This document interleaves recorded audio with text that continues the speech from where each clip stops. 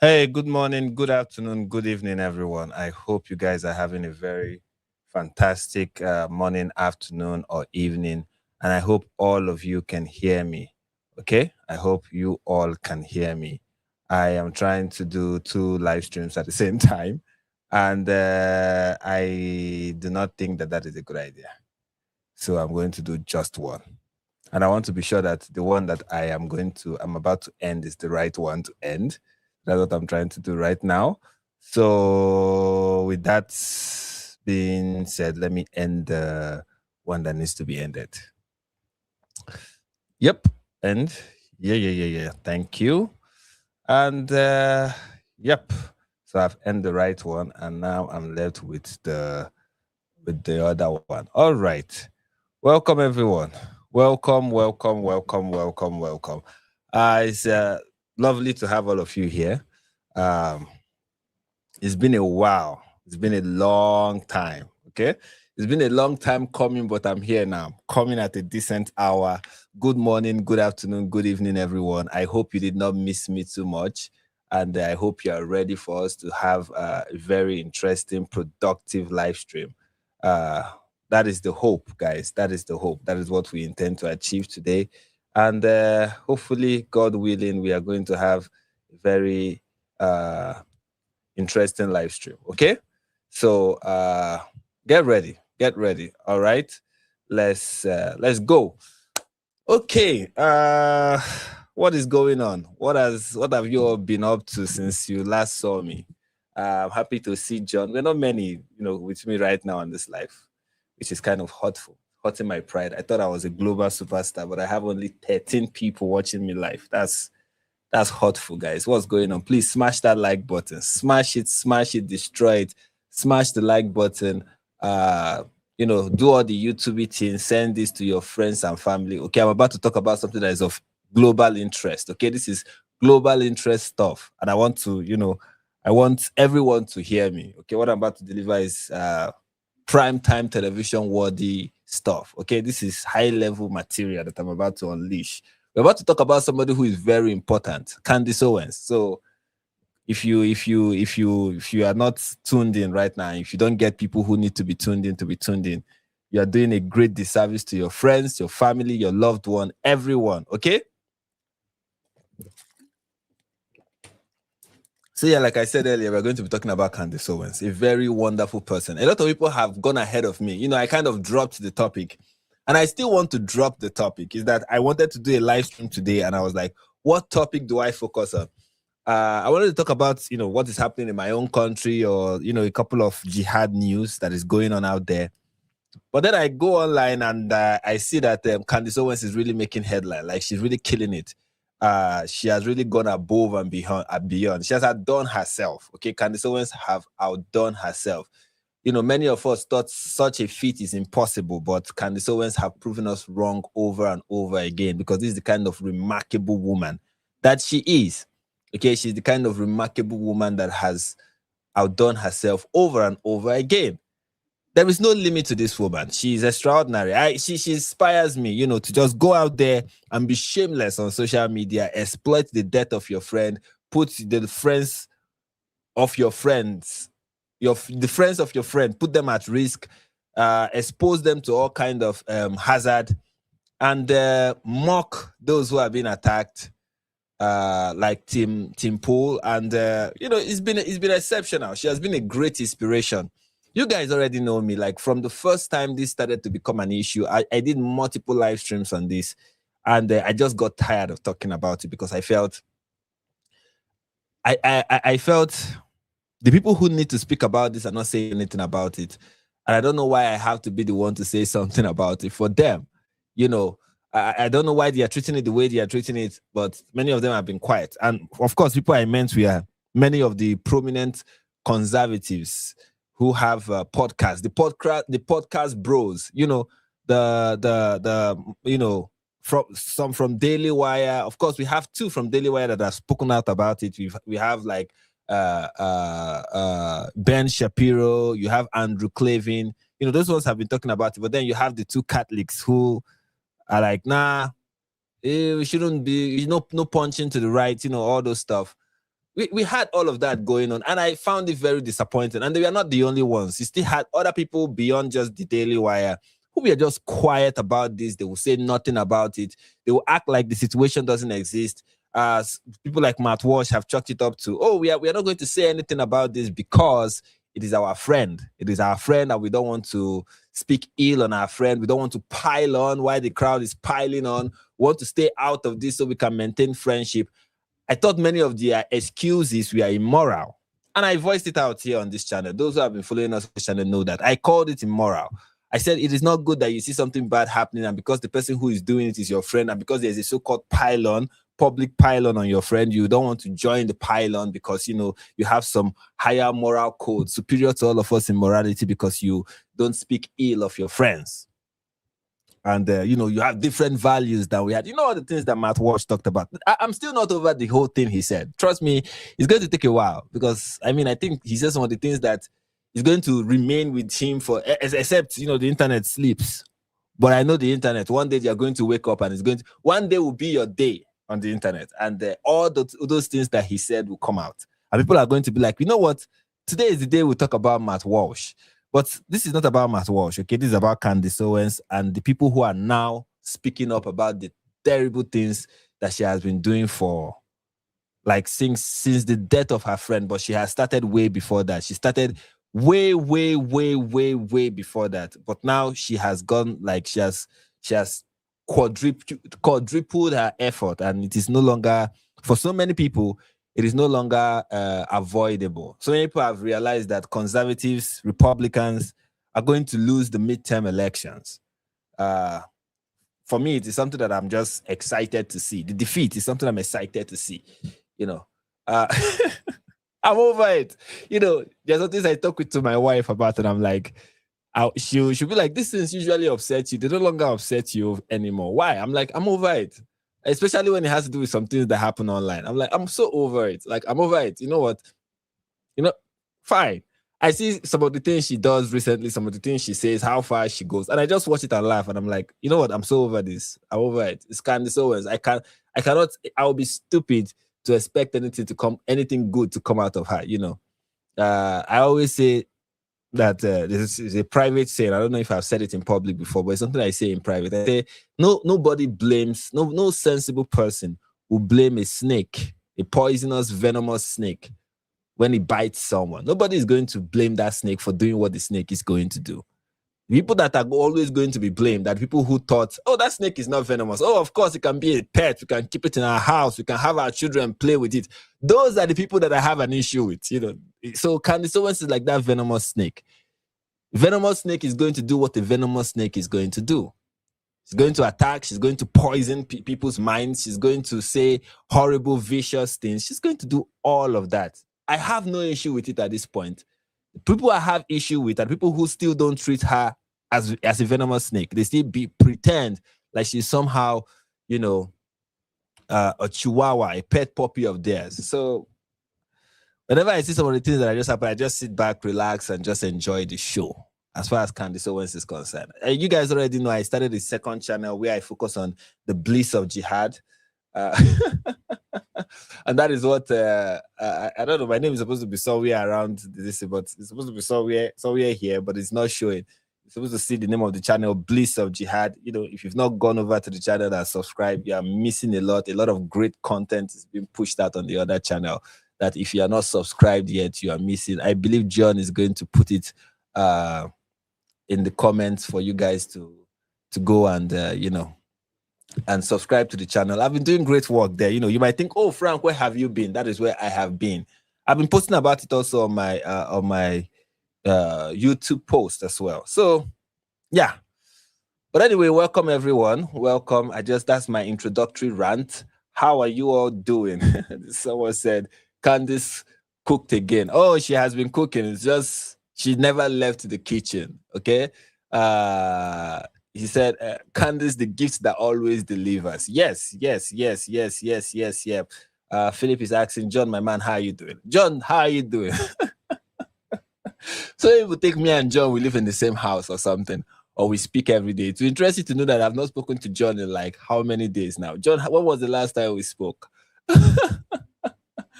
And he's my able moderator, always doing the Lord's work. Anyways, so that is enough for an introduction. So where do we begin and where do we go from here? All right, I will start with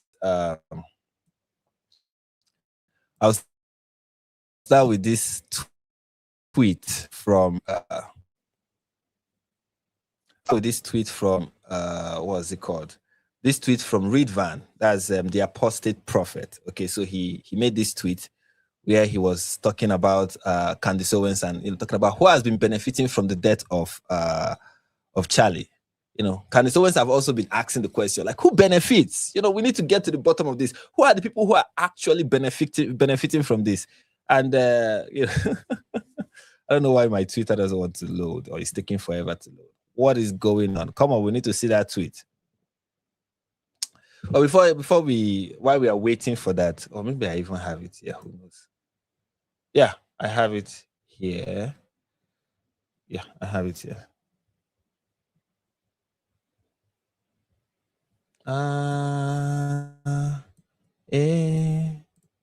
This kind God, another one of them. All right, let me share my screen so you guys can see it. All right, so this is the tweet from Ridvan. He said, "I really wonder who has been profiting from Charlie Kirk's assassination." And here is the image that he posted. Is the image of all the shows, like every other show from Candace Owens is about Charlie's murder. It's about the assassination. It's about cracking the case. It's about who's done it. Who done it. That's kind of what she's into right now. That's everything she does. That's everything she talks about. Episode 227, 226, 276, 275, 274. Everything is about it. Like, that is all her content. That is everything she talks about.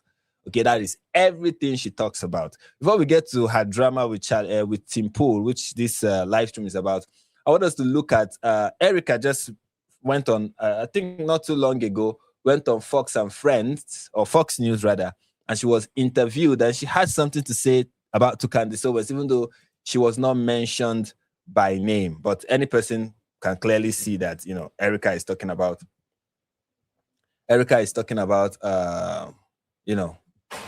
Charlie's very good friend, obviously. So here is that right here. I hope you guys will be able to hear the audio. I'm using StreamYard again, so I hope this is going to be. But anyways, let's see how it goes. Erica Kirk sharing her journey with America and the world. We are grateful at Fox to have her here to shine a light on healing as we all miss and mourn the loss of her beloved Charlie Kirk. Not all of her journey has been without, hate, conspiracies, and oddly, speculation about where her husband is buried. Now, for the first time, Erica, who's with me now, addresses all of it from the perspective of a grieving widow, a mom, and a battle-tested American. Good to see you again today. Talk to me about this part of the conspiracies. That's a powerful intro.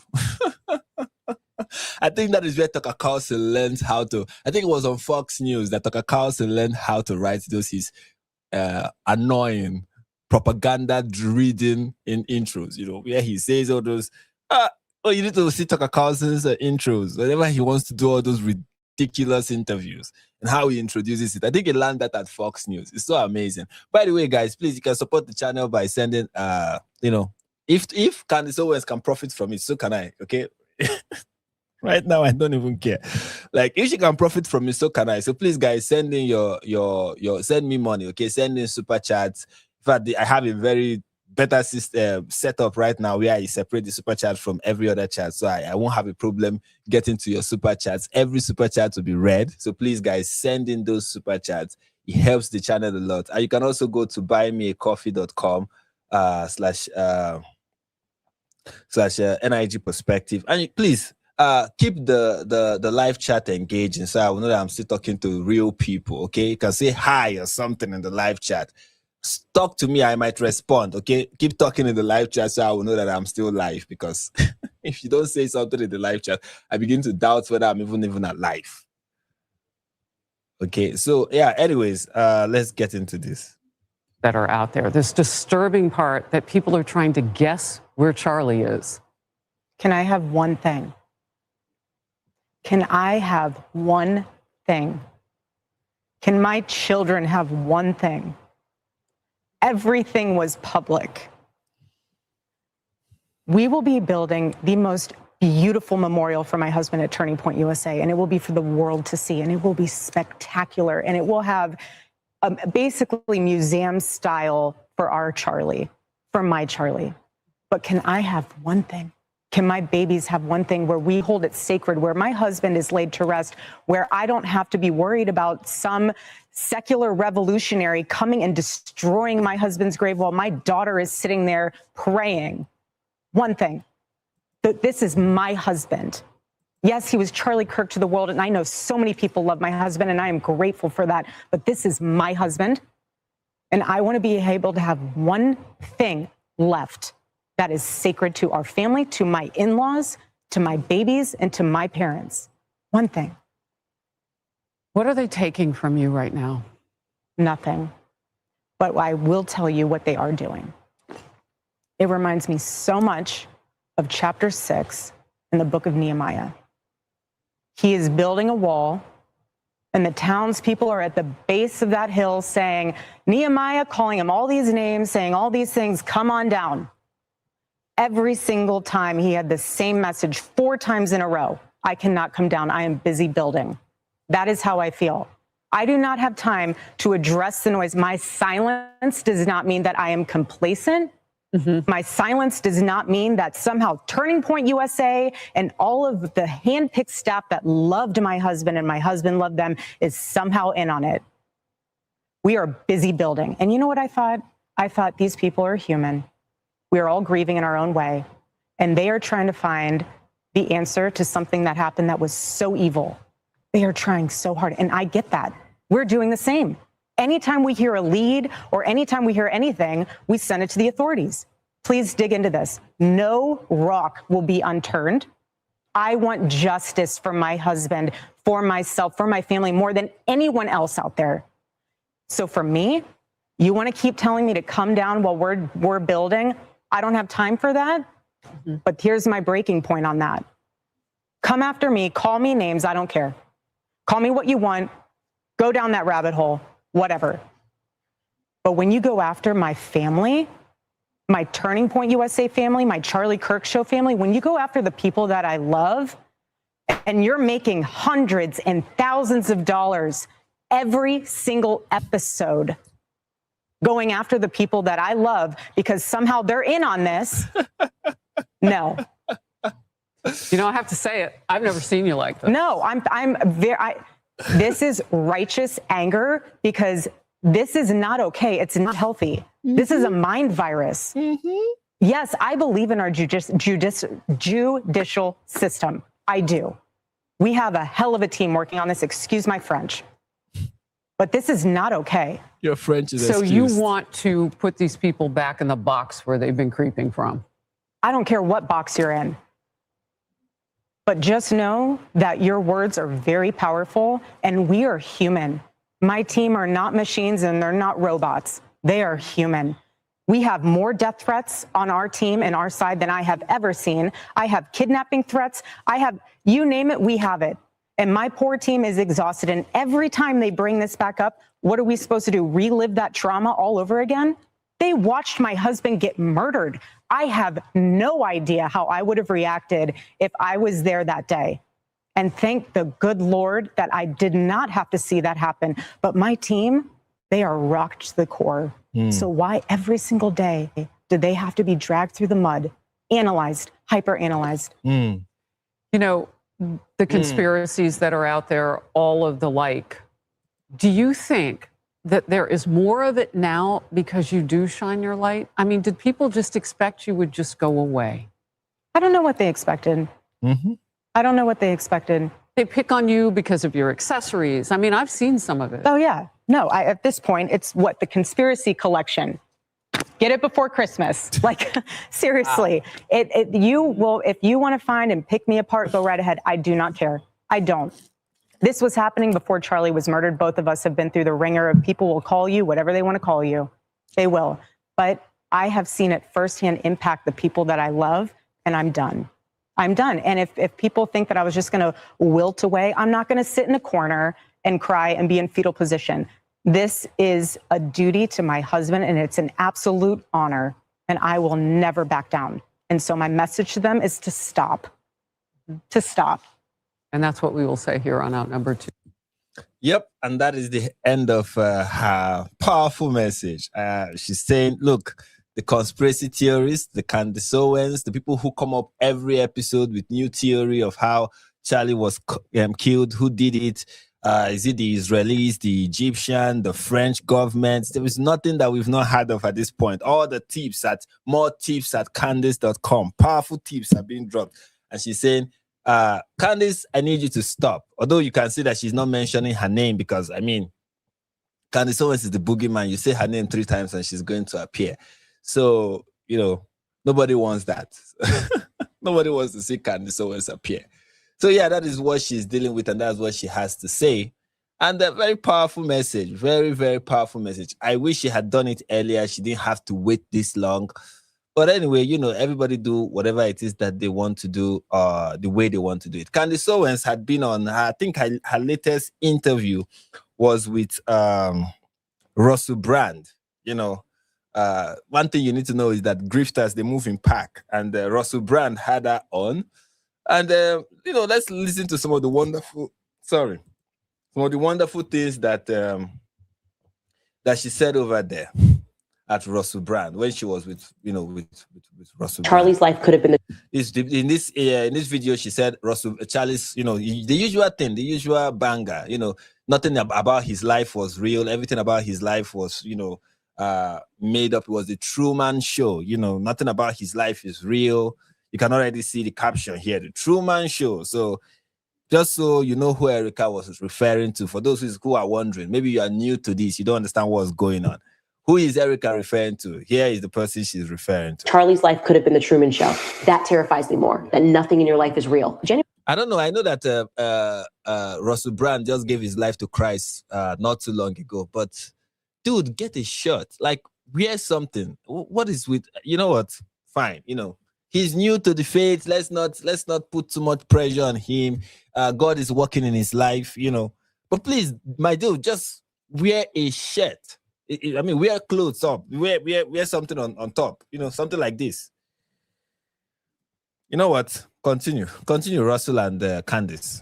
Like, I was expecting, like, we're all getting the old band back together and it's going to be me and Trump and I'm going to have the FBI help me investigate this and we're going to figure out what happened to my friend. And it was like, Candace is the enemy for asking questions. Was Charlie Kirk's life real is what I think I cried the hardest about, because how are you not fighting for him? Yes, she's like, the whole team is going to get back together. Me and Trump and everyone. Nobody wants to have anything to do with you, Candace. Nobody. No reasonable, sensible person who has something meaningful to do with their lives want to have anything to do with you. I know it's sad, but it is the truth. Nobody wants to have anything to do with you.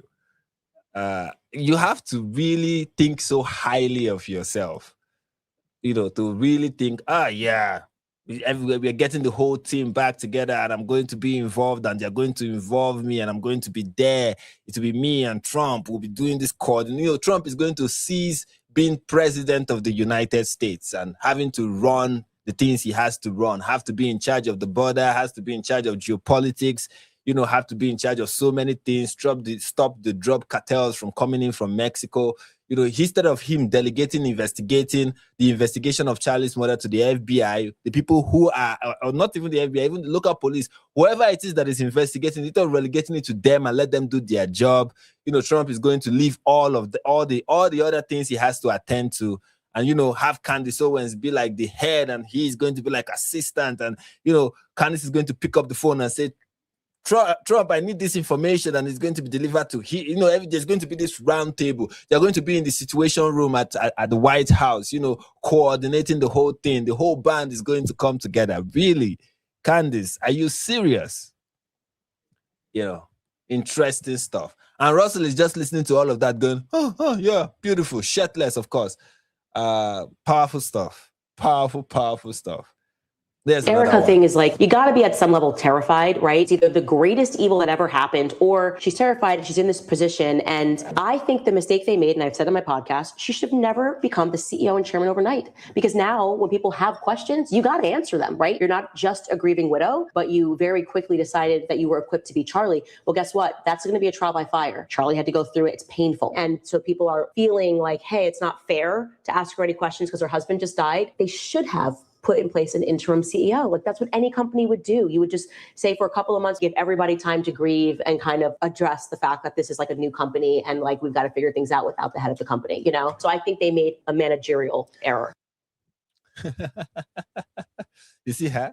Oh, Erica should not have been made CEO. You know, they should have done it my way.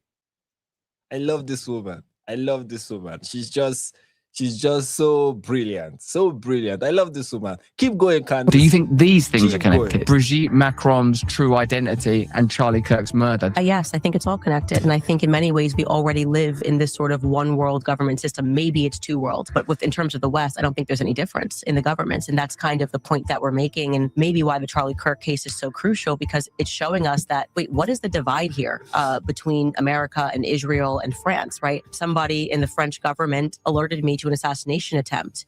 Shouldn't that require a comment from the President of the United States? It was the most viral global story for 3 days, and the White House has chosen not to comment. What does that signal to the population? That it's okay for France to be involved? It signals to the population that you are crazy. It signals to the population that you are crazy. And the President of the United States don't have the time for nonsense.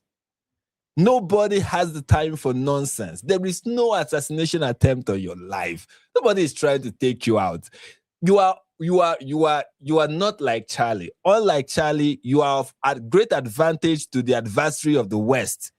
You being alive is of great advantage to them. Okay? I've never seen somebody that is so useful to every person who wants to destroy the West like you, Candace Owens. You are useful to Qatar. You are useful to the Islamists. You are useful to the leftists. You are useful. You are very useful to them. They want you. You see, if Emmanuel Macron knows what is good for him, he will keep you talking. Okay? There is nothing as beautiful as having an opposition that is this committed to foolery and is building a congregation of foolish people. They don't want you gone. No sensible person wants you gone. You are more used to them being alive and just keeping your show going and doing all those nonsense that you are doing. Nobody wants to tell you that, but that's the truth. Okay, the enemy of the West, the people who are trying to destroy Western civilization, you are a great asset to them. You are a very great asset to them. And I think you know it, Candace. I think you know it. So keep going, okay? Just keep going. Nobody is going to, no reasonable person is paying attention to you, because both you and your millions, I know you are the number one podcast in America. You have made being the number one podcast in America a shameful thing, because I guess for you to be number one in America, you have to attract the dumbest of the dumbest. It's such a huge feat. Look, I'll give you credit, Candace. You were able to gather a congregation of stark morons, like the worst of stupid people. You were able to gather them together, give them a voice. You are what happened when stupid people have a voice. And it's amazing how you're able to do it. For a very long time, people thought that's not a winning strategy, but you proved them wrong, okay? You proved them wrong. You showed that appealing to the most moronic in society, people whose brain has been fried, that appealing to those people is very, very lucrative. You demonstrated it. See, all my life, I've always wondered, how did a religion like Islam get 2 billion, almost 2 billion followers? Now, of course, I explain it with, okay, Islam spread by the sword, and, we are often coerced into this. Many of them, we are born into it and have not even had opportunity to give it much thought because of how the Muslim world is run. There is that explanation, but then there is you. You are another explanation, that there is The depth of human stupidity is endless. And any person who is brave enough to exploit it is going to be mega, mega famous. You are going to be so successful. Trying to appeal to human sensibilities doesn't work. You appeal to human stupidity. Candace, you have demonstrated it in the best way possible. Okay? You come up with theories that any person who has double-digit IQ can see that this is ridiculous. But you get millions of views. Okay? That is what made you. That is what you are. That is who you are. And I mean, let me just. I don't want to continue ranting. You know what? Just let's listen to another one. Let's listen to another one of Candace. Here is another. This question is: who is benefiting? That's the question Candace wants us to consider. Who is benefiting from the death of her very beloved friend? Okay, who is benefiting? Before we play that, let's hear her, talk about how this whole thing is connected. Let her finish that. In assassination attempts, that should alarm people. Yes, it should alarm us that Candace Owens came up one day and said people want to kill her, and Trump did not pay attention to her. The FBI did not pay attention to her. No person with good sense paid attention to her. I think this is the kind of logic that appeals to stupid people. I'm telling you, look, guys, this is textbook stuff here. If you want to learn how to be famous in America, in the West especially, it is so sad that this is what Western civilization has become. And Candace Owens have recognized it and she's exploiting it. I don't think Candace Owens is the problem. I think she's just exploiting the problem. And the problem being that people in the West are painful, not just in the West, in the world, I guess. I think I often am too hard on people on the West. She has viewers from Nigeria. I know a Nigerian friend of mine. In fact, it breaks my heart to say it, but she's my friend. I have to admit it. That is a die-hard Candace Owens fan. And yes, if you are watching me, because you have to watch my videos, when I say the people that listen to her are very stupid, I include you. And you are my friend. You know yourself. And I include you. You are among the very painfully stupid people that listen to her. I hope you still don't hold on to the ridiculous idea that she has a point. But if you still do, then congratulations. You are in the category of the painfully stupid people of the world. And she is showing that appealing to those people and speaking to those people and being their voice is very lucrative. For a long time, the media has done its best to not give a voice to stupid people. But in the land of podcasts, in the land of alternate media, everything is changing. So to the stupid people who have been disenfranchised in the media space for so long, discriminated against, Candace Owens is your voice, and I can see how you guys are holding strongly to your voice, propping her up, cheering her on, sending her tips, sending her money. You guys are doing an amazing job, and I say a very big congratulations to all of you. But let's listen to her next listen on on Russell Brand's show. Let's talk about who benefits from this.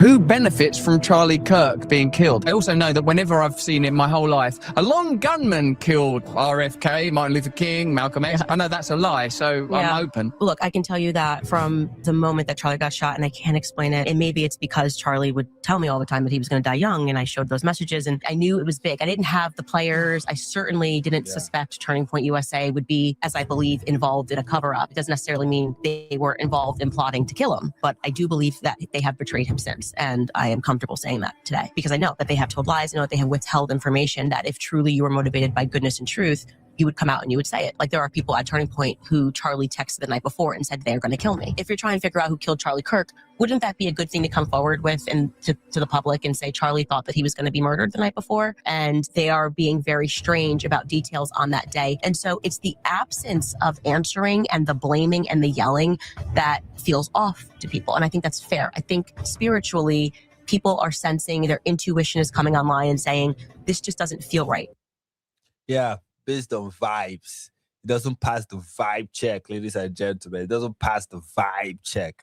And you know, Candace Owens is all about vibes. Like, who's benefiting? It's hard to, we can say for a fact that maybe, my goodness. Anyways, yeah. And when she went on Russell Brand's show, she didn't miss on an opportunity, or Russell Brand didn't allow her to miss on the opportunity to, talk about the Jews and Sigmund Freud, So here is that as well. Just Sigmund Freud came from a Sabbatean family. This is Jewish mysticism. And they believed that this man, Sabbatai Zevi, was their messiah. He was a homosexual psychopath who believed in practicing incest as a sacrament. This is how they were going to move forward in the world. And Sigmund Freud discovered that the reason that they do this is because it conditions the child to grow up to be a psychopath because of what they have to go through trying to understand why their parents did this. This is all real. All of these authors are Jewish. They support the Jewish movement. The second author, David Bakan, I think actually regrets writing his book because he thought it was going to be this like expose of, why the Jews in Europe should be sympathized for. And then people went, wait, what's going on here? It's right in your face what's going on. They have tremendous amount of power. They've always had power. And it is because what they believe in is evil is okay. They believe in the doctrine of evil, that you must lower yourselves and commit the most depraved acts of evil to prove that evil doesn't actually exist. And then you can ascend in society. That to me seems to be the guiding philosophy of people in Israel, I would say. Like this idea that I love this woman. You know what, Candace, I love you so much. Keep going. You're doing the Lord's work, okay? Just you keep going. Keep doing what you do. you can commit acts of evil to get ahead in society. When I see what's happening in Gaza, how do you look at this and not understand this is evil? I guess that is also the same thing that is the guiding principle of America. Because if you think what is happening in Gaza is horrible, you should see what is happening, what America has done in many parts of the world. But of course, that will require people like Candace Owens to be smart or to appeal to smart people. And that is a mistake. You don't want to do that when you want to be the #1 podcast in America. You do not want to appeal to brilliant people. It's okay to appeal to stupid people. So there you have it, guys. Anyways, so now we'll go to the second part of the show. So these are the things that Candace have said recently. Of course, she did this podcast where she talked about this is her recent podcast. She did first of all an Instagram story about the podcast, and this is what she said in the story. Okay, so the story I'm about to tell you guys today is so unbelievable that it has to be the truth. It's so detailed. We fact-checked everything that we... And that is the standard for Candace Owens. If it is so unbelievable, then it has to be true. This is so unbelievable, then it has to be true. Not, oh, have I verified it? Do I have the facts with me? Oh, no. She comes up with whatever it is she comes up. And if it's so unbelievable, then it's true. She goes with her gut. It's a vibe. Does it pass the vibe check? If it does, then, it has to be true. That's kind of how she operates. It's very fantastic, guys. Very fantastic stuff. This is how, again, remember, this is how you become the #1 podcaster in the world. And this is how you dominate the conservative space. This is how you become the most leading conservative podcaster in America. This is how it happens, guys. So pay very good attention. Take your notes. Learn. You have to be really, really, really, really be ridiculous. And this is how you do it. could, and it has to be a God thing. It's the only way that this could have landed in my lap from the person that it came from. I don't even know what to say about this. You're just going to be amazed, and your jaw is going to be on the floor like mine was when I learned this. And this kind of gets into that mysterious last trip to Asia that Charlie took. The timing of that was very strange. Yep. Anyway, so there you have it. This is what, and then I would have had us react to. I'd have had us react to what is it called now? To the live stream itself. You know, the 30-minute portion of it before she went out or ripping into Tim Pool, who called her out recently. But I'm not going to do that. Instead, I'm going to have someone. We're going to read someone's summary of what happened. I think this is I watched the summary. I watched the her last show, where that one she just introduced in the Instagram live we just saw, or Instagram story we just saw. So I watched it, and I think this person here did a very good job summarizing everything she talked about in the live stream. So she said, "I watched Candace Owens. I watched Candace Owens today, so you don't have to." She opens the show bringing up a trip Charlie took to Asia. Says she has info to blow people's mind. Says this info should lead to a confession from the government and the military, from the government that the military helped kill Charlie. So this is what's, and these are the things she said actually. Then she started talking about church. Yeah, she started talking about how she went to church, how she prayed at mass for a tip to be delivered to her that would solve the case. You know, she's always close. And I think this one is bringing her one step closer to solving it. She says as soon as she got home, she got a miraculous tip to answer her prayer. In fact, she said when she opened her tip box, it was the number one message on the inbox. It was just there. So miraculous. And then she opened it. It was someone sending her a message that she should call a particular person. And she called the person. In fact, she didn't even know why she called the person, but I guess it was because of the prayer that she prayed. You know, God was moving mysteriously. This is nothing short of a miracle that happened, right? So she called the guy, said the guy's name was Harry, but now it's no longer Harry. She said she fact-checked everything. And all of the things she said, all of the things he provided are true.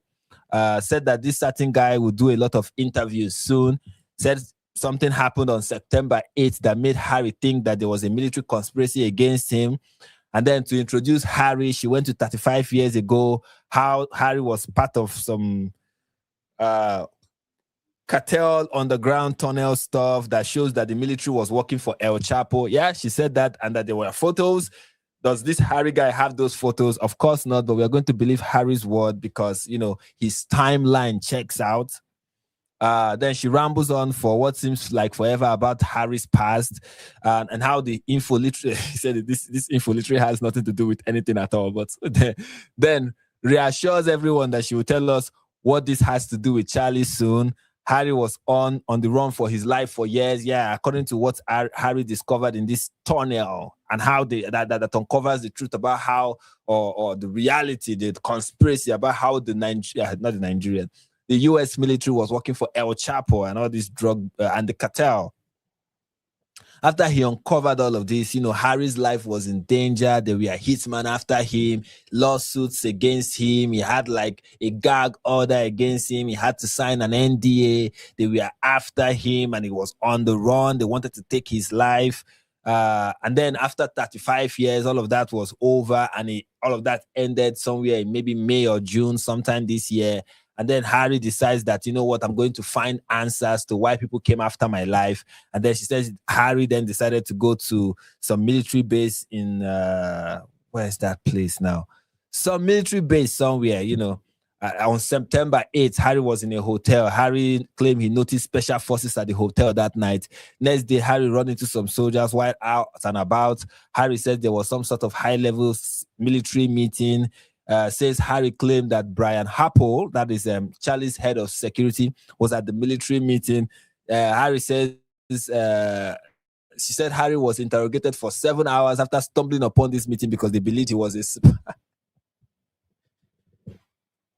Look, if you guys want real comedy, okay, I promise you, I know this is me trying to promote Candace Owens, but she doesn't need it. But if you guys really want real comedy, go and watch this episode. It is comedy gold. Like, it is real comedy gold. You know, if you can get past being annoyed when you realize just how destructive this is to people's lives, just go and watch this episode. It was fantastic. Anyway, so yeah, she says a lot of things, asks for more emails, route about Pierre Facon and France, talks about Ukrainians that are trying to kill her, talk about Tim Pool, call him Timothy Smollett, said Tim is a coward, you know, said she doesn't care about the midterms. We know all of that. Okay, so that is, I hope you've been brought up to speed with everything with regards to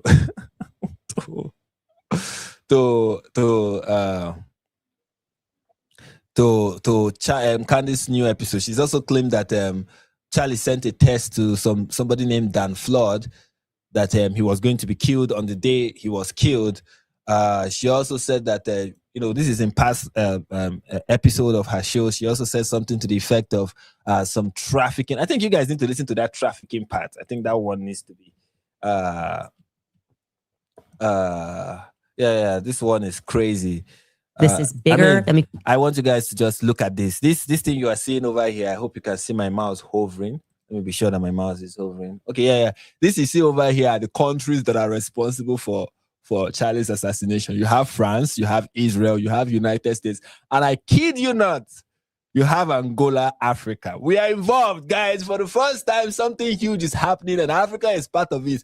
I am so proud of my continent right now. I am so proud of my continent right now. This is amazing, guys. This is so amazing. So yeah, you have Candace, she's connecting the dots, and there is like a huge connection with, you know what? I want you guys to see before I was just going into this image, by the way, was something that she showed on her live stream. Not live stream, on her podcast. Okay, she showed this in this episode of her podcast. This footage, this image was there. Okay, this is not this is not me making this up. I'm not trying to be funny or anything. This is literally the joke writing itself. Okay. But before that, I just want us to see a tweet that kind of breaks everything she's saying down, because that thing is 10 minutes long, and I don't want to subject myself to that. I don't want to do that. Not for you guys, even. I don't want to do that. So this is a tweet from somebody who is like a fan. Okay, this is a tweet from, but it's not. Okay, this is from this person. The person who tweeted this is a fan of Candace Owens. This person is really following the whole drama, and she believes that Candace Owens is onto something. Okay, I mean, look at it. Breaking: Candace Owens just went live, visibly shaken. The French president alleged hitman has moved to her town in Tennessee. His real name, whatever, a Russian-Israeli billionaire, French intelligence asset, convicted arms trafficker. His current alias, Jonathan Schmitz. His new job, tech officer at Roof Brands in Nashville. A billionaire doesn't need a day job. I don't even know what that means. I guess, anyways, because he's a billionaire and he has a day job, therefore, something fishy is going on, and he's a hitman. When he moved to Tennessee in June of 2025, where he's house hunting. Where is he house hunting? At Brentwood, Franklin area. Who is bringing him in? Handpicked. Who is he bringing in? Handpicked Ukrainian war refugee, including a guy named Alex Smirnov. Candace revealed this on air yesterday after 7 separate viewers emailed her the exact same intel within hours of her mentioning some guy's name. Okay, this is so elaborate, it's unbelievable. The same man is tied to the Macron kill. I'm just so excited to see that she's going to destroy so many people's lives. It's so exciting to see. Oh, there's even a picture. It's just, okay, this is not the part where a picture is released, but there's one where there is a picture. The same man tied to the Macron kill order against her is now living minutes from her house, and the FBI, DOJ, and White House have ghosted her for months. Only Tulsi Gabbard's office have even responded. Tennessee, we need boots on the ground now. If you leave.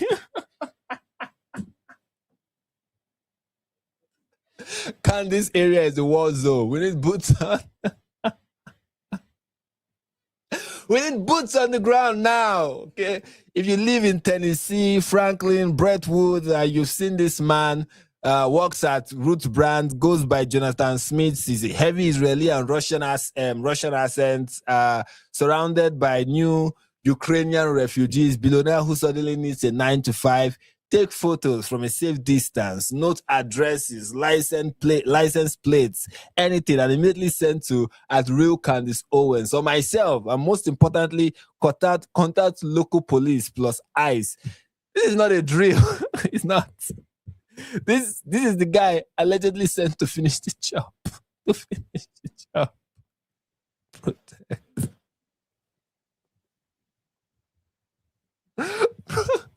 Protect Candace. Protect Tennessee.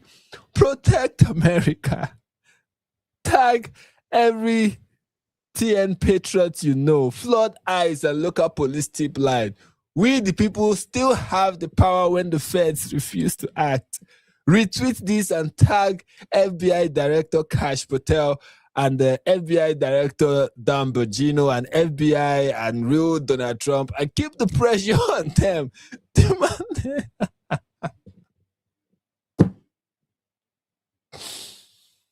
Wow. Demand they act on this threat and protect Candace Owens' life. If they don't, they will have her blood on their hands. Guys, do something. Candace is about to be shot in the head. You have to protect her. How about she hires 24/7 security? You know, like every other person who believes that their life is in danger. You know, like normal rich people, millionaires do. You know, she's a millionaire, okay? Her husband, she's married to British royalty. She should hire herself private security like the rest of them. Instead of causing all this hysteria online. But I think this one is more entertaining, you know. Instead of hiring private security, why not do this? I think that is better. That is better than, I mean, what she's doing right now is better than hiring private security. Of course, that is way, way better. That is how you get it done. That is very effective, you know. My life is at risk. I have a lot of money. I make millions just being on YouTube and on Spotify, just spewing lies. But you know, when my life is in danger, I act like I cannot afford private security, like I don't live in a gated community. I pretend like, you know, I'm live streaming from a tent outside in a homeless shelter. You know, fantastic stuff. Anyways, this is another Candace fan. When I tell you these people are real, okay, or maybe they are not, who knows? Because you know, this is the kind of this person is followed by Dinesh D'Souza. Anyways, this is bigger than we have ever imagined, with multiple countries involved and even possible weapons trafficking as well. Charlie Kirk also messaged his security detail the night before he died, named Dan, after he got off the phone with one of his donors and texted Dan telling him that we are going to kill him tomorrow. Why hasn't Dan come forward with this? And who is they exactly? Who are you asking me? I think we already know the answer to that question. We do? I thought you guys are just asking questions. Anyway, you know what? Candace lays out the armed trafficking connection and how when you have a company as big and connected as Charlie's, especially in all 50 states, and you get approached to do certain things and turn it down, the complications and things that come with going against the power that be. This connects to multiple countries, including...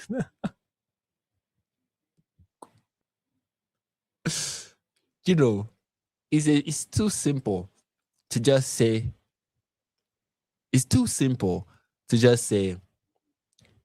Charlie Kirk was killed by Tyler Robinson, a guy who has a trans furry lover and who got radicalized and who is Mormon, but you know, is now like a rabid leftist who's probably linked to Antifa.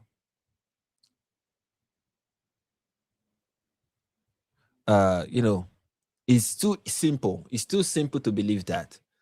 But you know what? You know, it's unbelievable as well. It's too simple. It's a simple narrative, and it is unbelievable. But you know what is believable? What I've just read from the two tweets we just read, those are very, very believable. Okay, it is absolutely 100% likely the case that all that we just read is what is going on. Okay, this is very believable. Okay, so let me read it again. Candace lays out the armed trafficking connection and how when you have a company as big and connected as Charlie's company, especially in all 50 states, and you get approached to do certain things and turn it down, the complications and things that come with it, with the complication and things that come with going against the powers that be. This connects to multiple countries, including the United States, of course, Israel, France, and Africa. Africa, we are mentioned. Angola, to be precise. I feel great that we are in the mix. This is wonderful. I'm so excited. Never been proud to be an African. We made it to the Candace Owens conspiracy web. Okay, this is fantastic. I am so excited right now. Anyways, and goes back decades, even to the Bush family. My goodness, from the time George Bush was in office, they were plotting the death of Charlie Kirk, who was not even alive. This is back then, wasn't even born at that time, but back then they were already plotting this. This is grand. This really is good versus evil, and some of these people are playing both sides. My goodness. Do I believe Turning Point USA is involved with shady characters, countries, and shady illegal activities?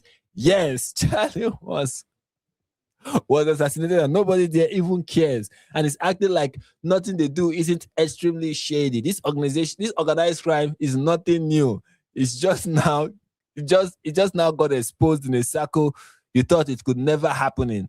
Everyone that is trying to be politically correct everyone that is trying to be politically correct or is paid off and attacking Candace is a coward. You should be ashamed of yourself for lying to your audience where you know damn well that there are multiple things that makes no sense and multiple lies that we are already exposed. Grow a pair and start fighting for the truth. And and then they post this 10 minutes.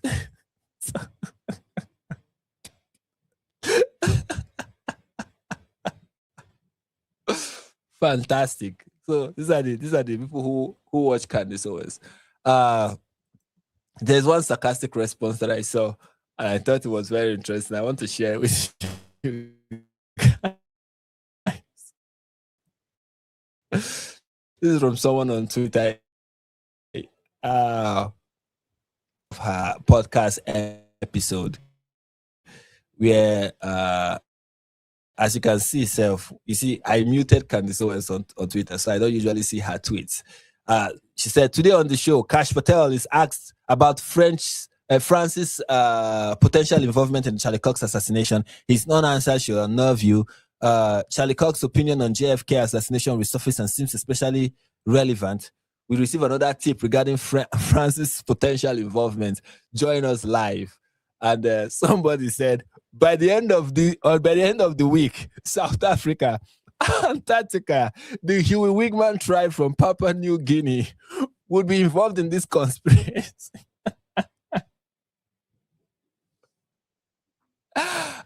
I can't wait for this web of conspiracy to get bigger and bigger. I'm very sure that there are more things that we are going to uncover. This is fantastic stuff, like I've been saying.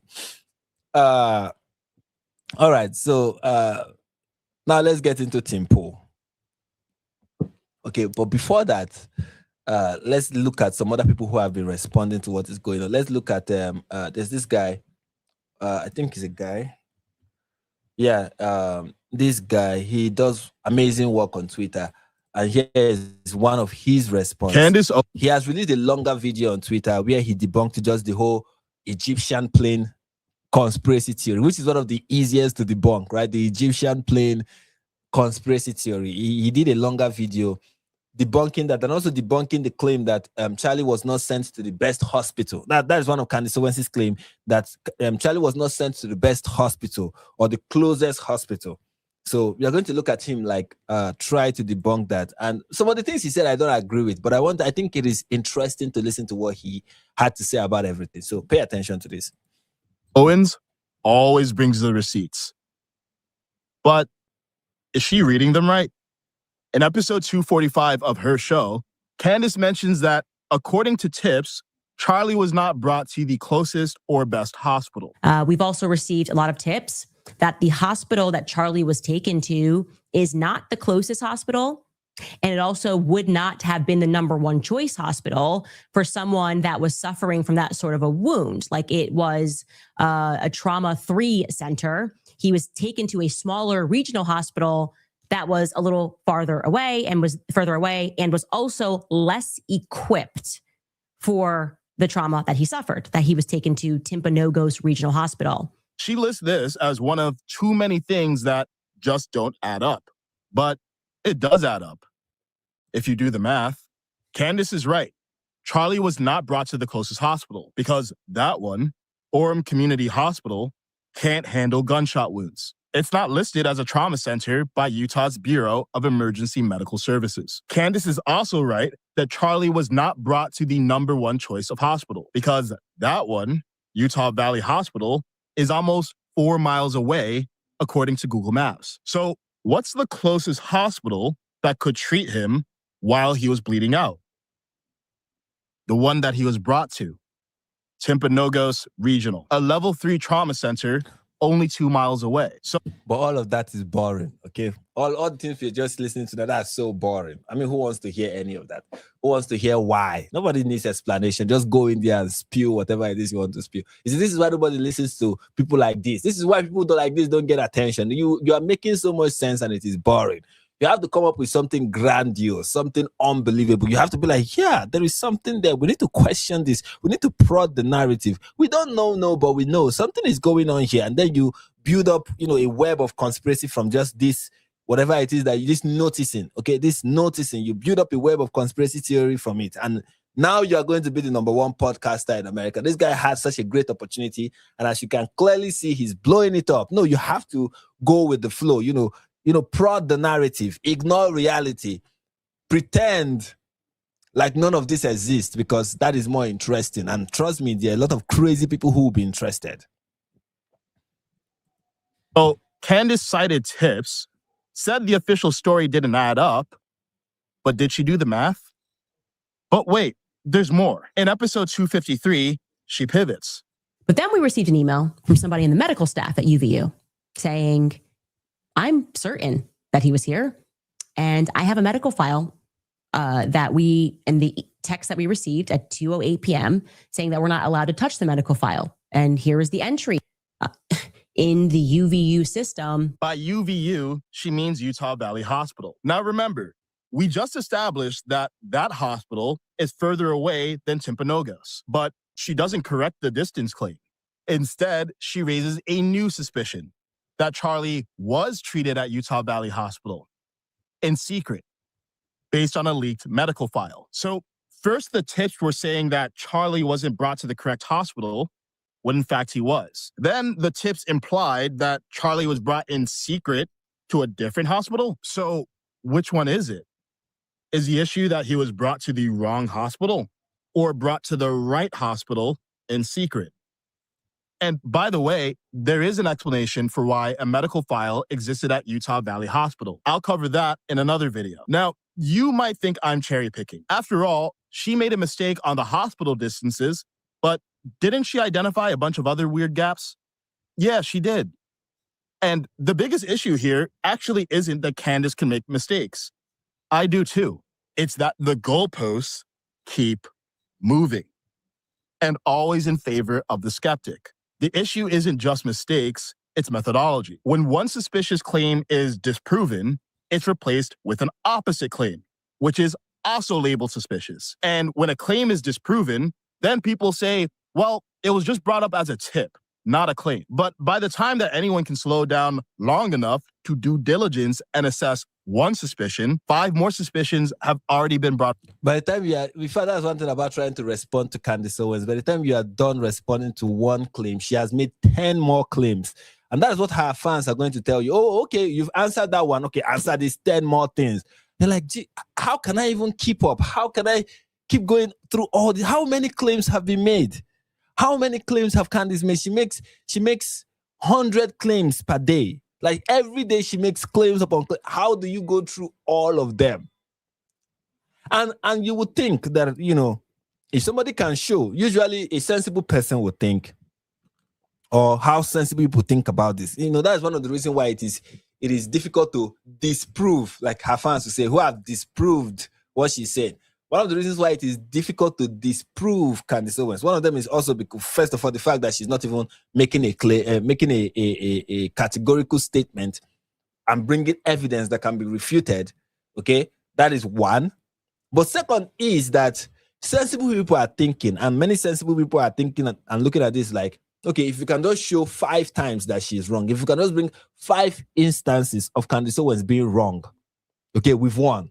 We have this. We will be able to convince people that this lady is not credible. This lady is crazy. Don't listen to her. She's wrong and she's spewing lies. But that's not how her audience think. Her audience don't think, oh, she made a mistake 5 times, or she's 5 times, or she's wrong 5 times. Therefore, as you take whatever she says moving forward with a grain of salt, I should not be overly invested in this story she's selling.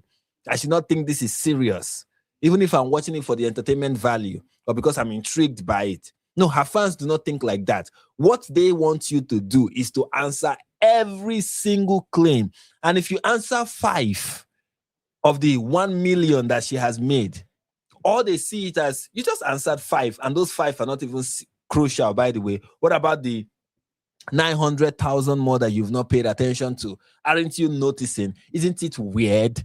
Can't you see? You've not been able to debunk her. What about this other claim? I mean, even if we grant you this, what about this? That is how sensible people, that's how her fans are thinking.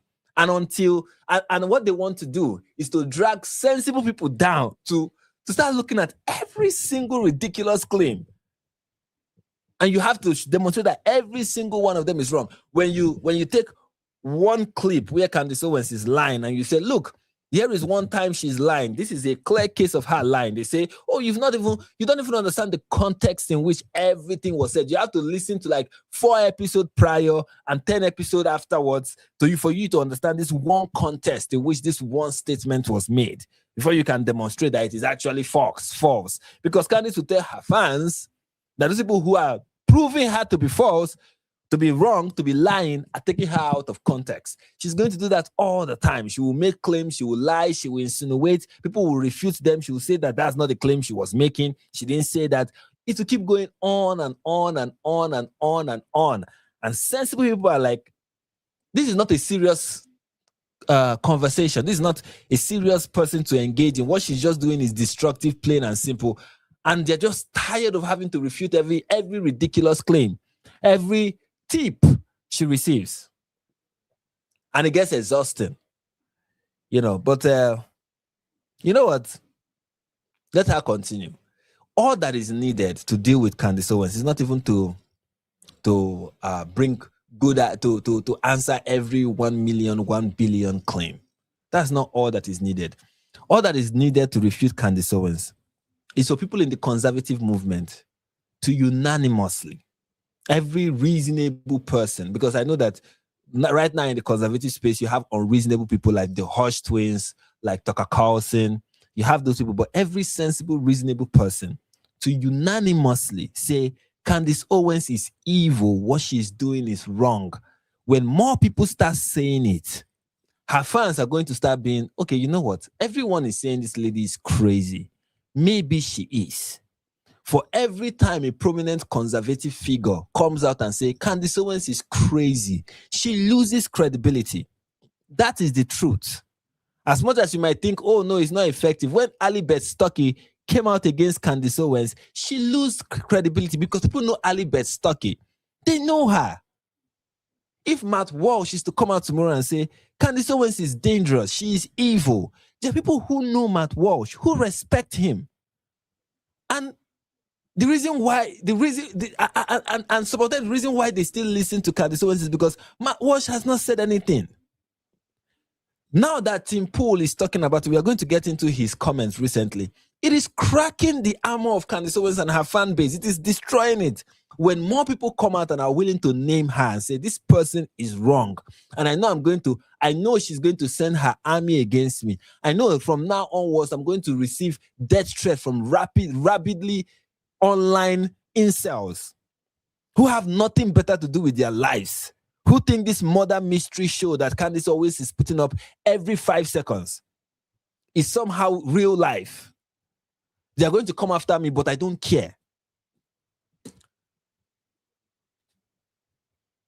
When more people come out, when more people in the conservative space come out and say that she's going to lose, she's going to quickly and quietly die out. I mean, not quietly, but loudly die out. But because so many of these conservatives are spineless, she continues. This is not something you defeat at this point. This is not something you defeat with reasoning. We are when it has to do with Candace Owens and her cult-like followers, we are way past logic. We are way past reasoning. We are way past common sense. What we need now is consensus. And I know that word consensus is something that has been abused in the past, especially when we have to do with COVID-19 and the consensus of a medical association. You see, this is why consensus is strong and powerful, and why it is such a tragedy when these organizations decided to use their consensus for something that was evil and that was a lie, because consensus is powerful. One of the reasons why we still have people like Candace Owens today is because of the death of the death of the power that consensus used to hold. There was a time where if there was a consensus, people took take those consensus seriously. But I think the podcast space have never tried to use this consensus. Or maybe the only time they used it was to get Donald Trump elected. Another time they can use their consensus is to quiet Candace Owens because she's the enemy. It's not the left anymore. The left are happy whenever Candace Owens opens her mouth. They are rejoicing. Okay? The right-wing podcast space, they need a consensus. And they need to enforce that consensus, that anybody who is not in line, you need to know that the majority is saying no to this, no to this. This cannot continue. This cannot continue. Grow a pair and say to this woman, no, you cannot continue to do what you are doing. You can't. You have done your best to destroy the legacy of Charlie Kirk, to destroy his organization, to attack his family. You have gone above and beyond. You have done evil things. We are way past generous interpretation of what she's doing. Oh, she's grieving. She cares about her friend. Stop kidding yourself. Many of you still say it. Like, I was watching the last Alibet stock issue and she was still saying that. And I'm like, Ali, who are you deceiving? Who believes this? Like, do you even believe it? That Candace is doing this because she's grieving? There is nothing about Candace that is grieving. She's smiling to the bank. She's making a fortune. By the time she is done, she will be very, very wealthy. Maybe that's what she needs to console herself that her friend is dead, I guess. That is how she grieves, by grifting. Let nobody deceive themselves anymore in the conservative space. You're dealing with somebody who is very evil. Very, very evil. And for a very long time, many of us who had nothing to lose, of course, like myself. I mean, how many subscribers do I have? How many people watch how many people even watch my show? Many of us who have like little voice, like this morning I was saying to my wife that I wish I had a large voice in American conservative space. They would have had me, because I will not. They would have, I will call people's name and tell them, you are being evil. Your silence is evil. Haba. They will be responding to me and I will not mind. Yes. I will not mind. I will call them by name and say, all of you are complicit in evil, or every single one of you. And if you think this evil will not come knocking at your door, then you are very mistaken. I would have called all of them vehemently. I'm telling you. And I've been doing that. Why I stopped? Because I felt, who is listening to me?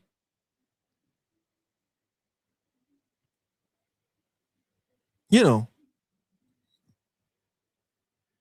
Like, who is listening to me at the end of the day? These people, the people that they listen to, those people are saying literally nothing.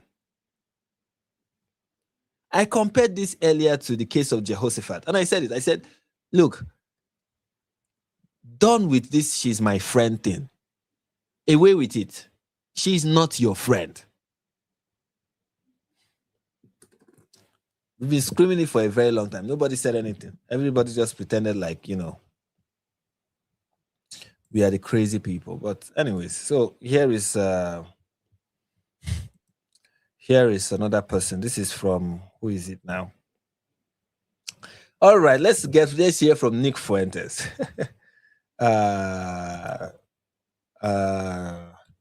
Nick Fuentes says something, guys. He has something to say about all of this. And it's very Nick, keep an open mind on Israeli involvement in Charlie's assassination. There are many fact and suspicious events pointing that way. Why are we stopped noticing when it comes to this? America first. You're an idiot. Sorry. Thank you for the big super chat, but I'm sorry. If you're on the Candace Owens train, I'm not even going to pretend like I'm going to try to appease you. It's wrong. It's stupid. All of it is stupid. And I'm not going to entertain it at all. And I thought Tim Pool had an epic go off on it tonight. It was awesome. I have never seen such a clear-cut case of an individual person being such an unnecessary detriment through sheer ignorance and irresponsibility. I've never seen it. Because you could say other people that have done things like Shapiro or Charlie Kirk or whoever, you could say they're part of a system or there's an incentive structure, they're playing by the rules, whatever. Candace is spearheading this thing, like she is creating this hysteria, and it is to the detriment of everybody. It is to the detriment of the right wing broadly. It is to the detriment of anyone that seriously talks about Jews in Israel. And it's to the detriment of rationality. It is the definition of hysteria. And even Nick Fuentes can recognize that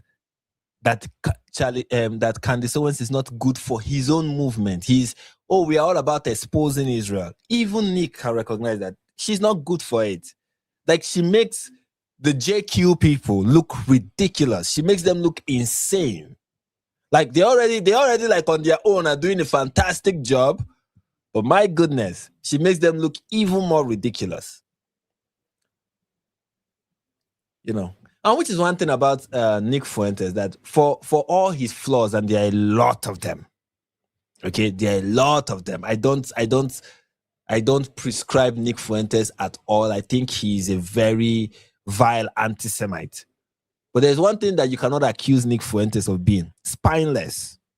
Spineless. He's not. Maybe that's a flaw. You know, maybe he should be cowardly like the rest of them. But one thing he's not is spineless. And honestly, to some extent, I admire that about him, that he's not spineless. He's not a coward.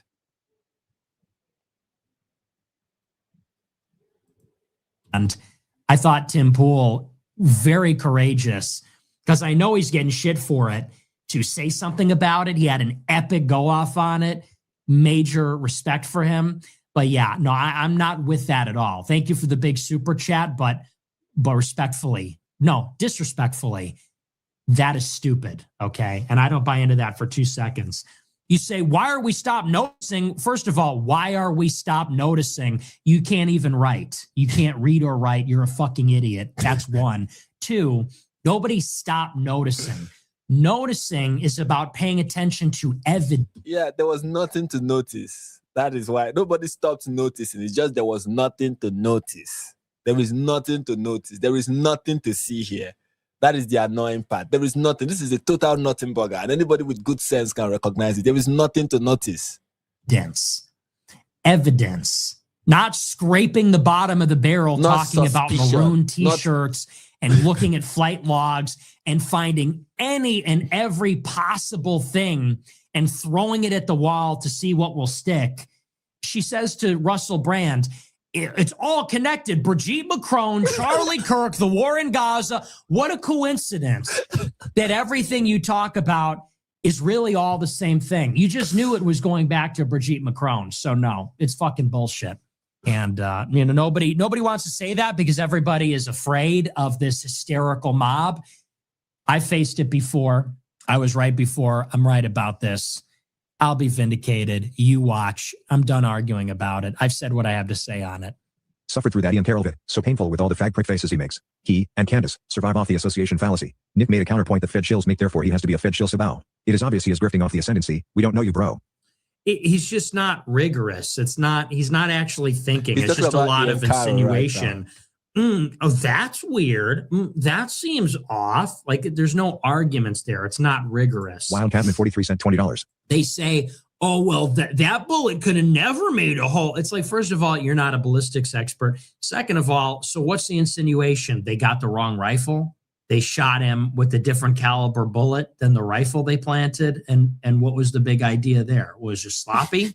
Oh, I hope no one notices. Like, so what's even the idea? There's a second shooter, but they matched the wrong gun to the bullet they used. And what, they hope no one would know? Why wouldn't they just plant a gun with the right caliber, with the smaller caliber that wouldn't have blown his head up?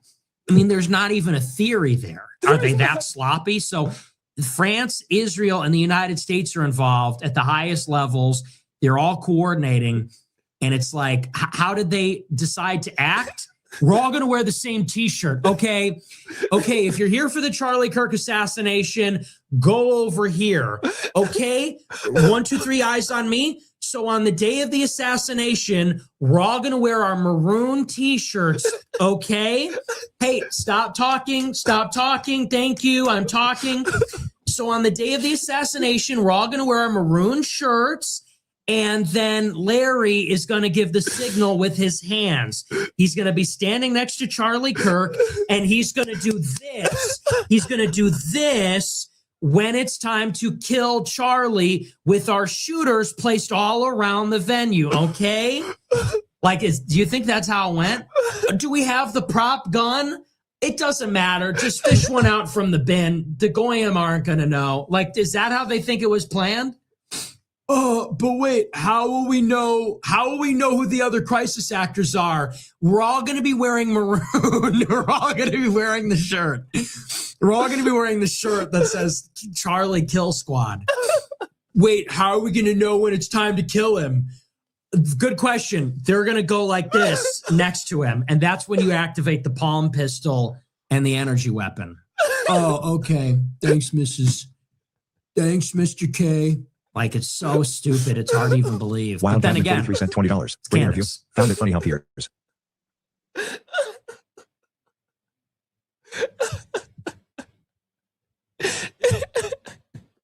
You cannot deny that he's right. I hope my laughter is not interrupted, but my goodness, you cannot deny that he's right. This is so ridiculous. Oh, God bless you, Nick. Nick also said this. And I just can't wait for December 15th when Turning Point, they better bring their A game. Mm-hmm. They got a lot riding on this. Mm-hmm. And I'll say this much. I'm looking forward to the Turning Point live stream where they respond to everything. I plan on live streaming that. And depending on how they do, if they don't do a good enough job, I think I'm going to have to step up. And I think I'm going to have to expose Candace Owens for what she really is. I'm going to give them, they have the opportunity to destroy. This is the truth about Candace Owens. There are so many things, there's so many ammos, there's so many information out there about her that is enough to bury this woman. Now, I don't mean bury her before somebody will say I'm talking about assassination, but I mean bury her career, bury her public life, bury her. There is enough information out there that if you bring all of them together and you go on this, in fact, if you start doing a show, start a live, a YouTube channel, just talking about all the things one after the other that Candace Owens have done, I'm telling you, maybe I might do it. Who knows?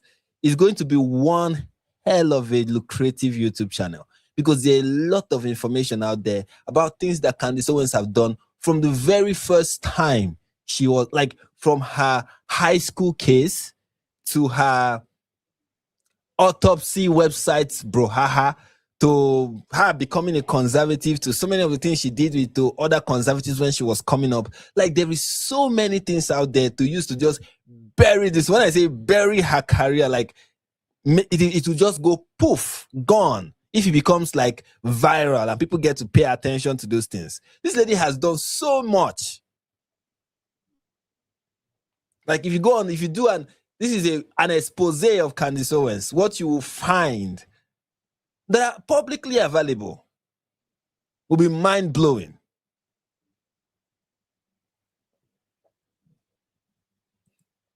Opportunity because they are involved in all this. But I am so frustrated with how people are handling it. They're losing. Mm-hmm. If Turning Point doesn't do a good enough job on December 15th, I'm going to have to step up. And just like I exposed Tucker Carlson and just like I exposed JD Vance, I'm going to have to step up and I'm going to have to blow the lid and expose everything about Candace Owens and reveal who she really is, who her husband is, who her donors are. And unlike her, I will be naming names. I will be coming with receipts. I will blow the lid on the whole thing, and I'll give her the Tucker Carlson treatment. but I'll wait and see how the Turning Point USA stream goes. I think they're going to do a good job, but if they don't, then I'll finish it for them. Nope. Then here is another it's one. Like QAnon on steroids. Yeah, I feel like this is like the remnant of QAnon. This is like Candace Owens. She's like Kylo Ren going to that planet. And whoever was behind QAnon was like, okay, you want to see some real shit? It's like the QAnon people where you say, dude, Trump lost. And they go, no, he's secretly in charge. And Hillary Clinton's at Guantanamo. And it's the same level of psychosis. And it's scary. And I don't want anything. I'm really just separating myself out. I'm saying, let's draw a hard line. If you're in the Candace cult, I want no overlap. I'm not hospitable to that at all. So if you have a problem with that, go somewhere else. I'm drawing a firm line in the sand. If you're with that, you have to get out.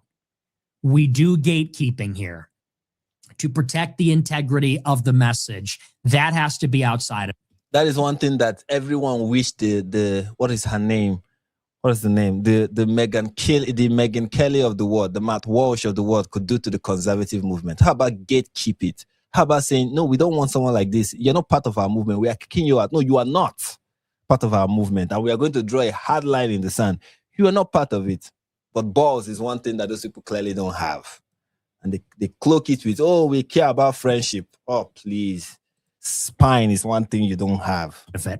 Just like QAnon, just like Flat Earth, just like this nonsense. This is kookery. It's stupid. And I'm drawing a line. It's got to go. That's how it is. So anyway. Apollo Credo sent $20. All right. It's like. So there's from Nick Fuentes. And now we are going to get to the man of the hour. Tim Pool. All right. Let's start with this one. Organization that's rallying young people, causing a shift. Organization that's rallying young people, causing a shift in the political leanings of a generation for the first time in history is now in dire straits. Their leader and founder murdered, and prominent pieces of human trash are trying to destroy it. True. It's fucking evil. So you know what? When someone pulls in front of my property and fires on it several times, I'm sitting here looking at these vile pieces of shit and thinking to myself, for what purpose will I stick my neck out if this is what happens after Charlie Kirk is killed? Candace Owens is a fucking evil scumbag. She is a degenerate cunt. She is burning everything down. True. And she's gloating and smiling while she does it. And you know what you fucking told me? She has no security. She doesn't fucking deal with the shit we have to deal with. She's a piece of shit. She's making everyone else suffer. And all of these fucking conservatives out there that send me these fucking messages have no fucking balls to call her out. More and more people have started doing it. They send me these fucking messages. Good for you, Tim. Good for you, Tim. I wasn't the first person to do it. I'm not going to take credit for that. But don't fucking DM me like I did something for you as you cower, as you fucking cower, scared that she'll put you on her thumbnail and claim you benefited from Charlie Kirk's assassination, which he's doing to me right fucking now. Yeah, that was I'm fucking done with these people. She has security, just not on the level of you. Oh, yeah, the one fat guy you mentioned with no wall and no barrier in a suburban neighborhood with neighbors. She doesn't give two fucking shits. No one's out for her. She's lying about all of this. You told me you went to her house and she's got a 4-foot wall and one fat guy, and she doesn't give a shit about her security. Meanwhile, I get bullets fired at my fucking property and I have to go live in the middle of nowhere. And I got fucking strangers coming up to my house in Maryland, breaking in. I got people showing up and beating up the residents who try to live there. How the fuck am I even supposed to sell this property? And you know, it's all lies. It's all hypocrisy. And it is for the purpose of making money. And she does not live the way other people live. She claims she liked Charlie. She loved Charlie. And she is burning everything down that he built because she is evil. She is evil. She is. And I'll say it again. This conservative movement is fractured. It's fried, whatever it is. Okay. Republicans are on track to lose the midterms. They were actually trending in the other direction until Charlie Kirk was murdered. Yeah. And this is the point, isn't it? The most effective political assassination in history. And thanks to the likes of the vile cunt Candace Owens, she has turned Turning Point into the perpetrators of the crime that was against them. Yes. The crime was committed against Turning Point USA. And now they are the perpetrators of the crime. She has turned them to the perpetrators of the crime. They are the ones responsible, according to Candace Owens. And her stupid fans are eating it up. Interesting. Here is another one. Most effective political assassination probably of our lifetimes, maybe in our history. He's right. He said that the assassination of, he's probably right. Or maybe things will turn in a different direction. Who knows? But he said that the assassination of Charlie Kirk is the most effective. The reason why he's saying that is, look at the effect. Look at the effect. It has fractured the conservative. Whoever, do to Tyler Robinson whatever you want to do to him, but you cannot deny the effect of that bullet, the effect of that shot, and what it has created. Who benefits? People like Candace Owens will ask, who benefits from this? Look at who is benefiting. The left is benefiting. You, Candace, you are benefiting. You are the biggest benefactor of all. You've made your entire show about it. Who is benefiting? You want to know who killed Charlie? Who is benefiting? Look at how the left is winning. In fact, they are on a winning streak right now. They are bound to win. They are going to win. You want to know who is benefiting? Do you think that Israel is going to benefit from conservatives not being in power in America? Do you think Israel will be better off with the left? And that is the goal of the assassination. Do you really think that? Just all those people who watch her, are you guys that dumb? Well, I know the answer. Of course, you guys are. Thinking is one thing that you guys don't do. You just listen to whatever tip Candace Owens have for you guys.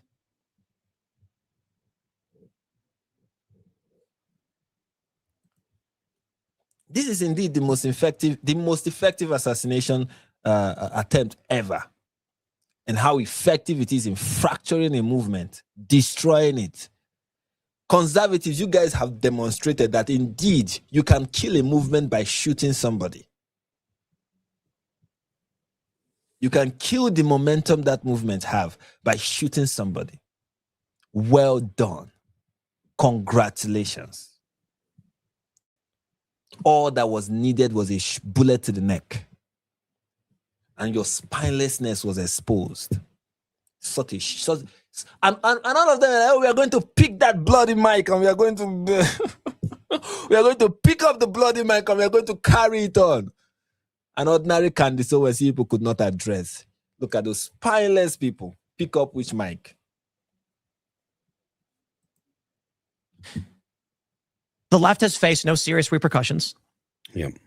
The many on the right are now rallying against the victims of the assassination. Mm-hmm. Could there be a better outcome for the left? Nope. I mean, now you can make the argument the left didn't kill Charlie, whatever. They celebrated his death. AOC went on the House floor and said he was a bad person no one should celebrate. And instead of saying, guys, we have a political violence problem and it's coming from the left, the conversation on the right, half of it at least, is Turning Point is the murderer. Like, what? They're the victims. Their organization is the victim in this. So I look at what's going on and it screams op. That so many people are coming out and claiming that Turning Point are the perpetrators of the crime against themselves. Well, if your goal was to destroy the right coalition, you'd take out Charlie Kirk and you destroy his organization. So I look at it like this. I don't care about the intent. That's a meaningless question. I can't read minds. The question is, what is the outcome? Yes. So you can complain that someone intends to do something and call them evil. Fine, that was always allowed too. But if we're talking about building a future and winning midterm elections and winning presidential elections and making this country better and securing our border and fixing our grocery price problem, which Trump has not been good on, if we're going to do all of that, we need to we need to discuss what will the outcome be if this action is taken. And the assassination of Charlie Kirk has destroyed the right coalition. And the actions of Candace Owens, Ian Carroll, and others is now destroying what's left of what Charlie built. They're erasing what Charlie built that helped win Donald Trump elections. Mm-hmm. Really. I don't care about what they claim. I don't care about what Candace says her motivation is. I can't read minds. I can only look at the work people like Ian Carroll, these other smaller podcasters do and say, The only outcome of their action will be to destroy Turning Point, which helps Donald Trump and the Republicans win. The outcome will then be Democrats winning the midterms. And what did Candace say? Do you remember what she said about this? I don't care about them. We don't care about your midterms. Yes, that's what she said. Agreed. We don't care about it. So when the Democrats win and they start locking up more lawyers and media personalities, and like Steve Bannon said, he'll be going to prison, then we can say, thank you, Candace Owens, for helping the Democrats win. And if you're a Democrat, you'll say yes. That is true. That is 100% true. I mean, he had a lot of things to say. He had a lot of things. We're going to go through as many of them as we can. Here's another And then one. we have this tweet from Sarah Fields. According to Candace Owens, this is who to blame for the assassination of Charlie Kirk based on her own public statements on X and on her podcast, I've Kept Track. Okay. The French government, including Emmanuel Macron and Brigitte Macron, the French Foreign Legion, 13th Brigade, the Gendarmerie Intervention Group, Israel, Israeli operatives, and Benjamin Netanyahu, Jewish donors, the U.S. government, feds, and the FBI, the deep state, the CIA, Turning Point USA executives and leadership, including Tyre Boyer and Andrew Colvett, Erica Kirk, yes, his wife, Blake Neff, Pastor Rob McCoy, Josh Hammer, Pierre DuPont and DuPont family, Stacey Sheridan, Freemasons, the broader French interests, BB Net, and Yahoo with Israel connections, Egypt and Egyptian operations, e.g. planes and joint exercises, Bolsheviks and anti-Christian forces, maroon-shirted individuals. This one is funny. That part where they said, let me go back. Christian forces, maroon. Let me go back. Planes and joint exercises, Bolsheviks and anti-Christian. No. Let's go back a bit, please. Stacey Sheridan, Freemasons, the broader French interests, BB Net, and Yahoo with his.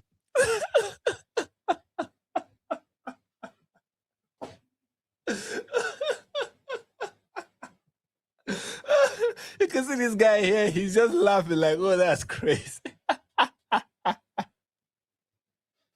Oh, that's crazy.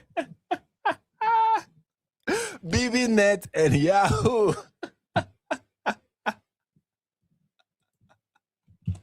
Oh my God. Interests, BB Net, and Yahoo with Israel connections, Egypt and Egyptian operations, e.g. planes and joint exercises, Bolsheviks and anti-Christian forces, maroon-shirted individuals, suspected operatives or military, TPUSA associated influencers, e.g. Alex Clark.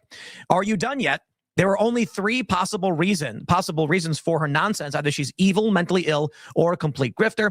Which is it? Because a truth teller. It might be a combination of all of them. Have you guys ever considered that maybe she's just an evil person who is also mentally ill and who is a complete grifter? Like, it's not, all these options are not mutually exclusive. She can be all three. She doesn't have to be one. She can be all three of them. She's a very evil person. I don't think she's doing this because she's grieving. Enough with that. Oh, she's grieving. She lost her best friend. No, this is not grief. This is not grief.